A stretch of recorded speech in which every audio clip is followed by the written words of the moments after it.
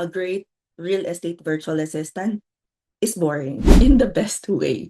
Bakit? Kasi nothing slips, nothing is missed, at dito natin makikita ang power ng core virtual assistant skills mo. First is communication. Kung wala to, gaano ka ka-efficient? Magkakaroon ng misunderstandings. As a real estate virtual assistant, kailangan clear at consistent ang messages mo sa clients, sa agents, sa team. Hindi lang nagsesend ng updates. Kumbaga, proactive ka dapat. Proactive ka rin sa pag-aasikaso before issues even arise. Second is task tracking. Kung wala kang system, tasks will get lost. Kaya you need tools like Asana, Trello, ClickUp, or even yung simpleng spreadsheet lang, track everything. Appointments, follow-ups, repairs, listings. Kapag organized ka, napaka-smooth ng relationship mo with the agent and even the clients. Third is yung CRM discipline natin. Kung alam mo kung paanong gamitin ang CRM properly, you become the person who knows exactly where each lead, property, or client is. Hindi ka na nagre-react lang. Kumbaga magiging proactive ka na. And this is gold for real estate teams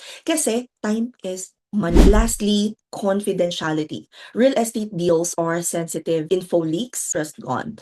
A great real estate virtual assistant keeps secrets, protects data, and ensures clients and agents feel safe. Actually, hindi lang to sa real estate eh. Dapat as a virtual assistant, matik na alam mo na to. Kung ikaw ay aspiring virtual assistant, mastering these core skills means you become highly reliable, in demand, and confident. Agents will see you as someone who just gets it. And trust me, when you are trusted, higher paying opportunities will come your way. At mas kaunti na yung stress, mas smooth na yung workflow, at mas madali ka nang mapopromote from assistant to core team member. If you guys want to learn real estate virtual assistants, we have a class na may kasama ng internship. At ako mismo nagtuturo nito, 999 pesos lang yan. Lahat ng narinig nyo plus more ituturo namin. And we have an up-to-date curriculum na nagmamatch para maging client ready ka na this 2026. If you wanna join? Click the link in my bio or mag-comment ka ng Reva dyan and we will send you the link. Boring sa labas pero powerful sa loob. Focus sa communication, task tracking, CRM, at confidentiality. Ito talaga yung susi para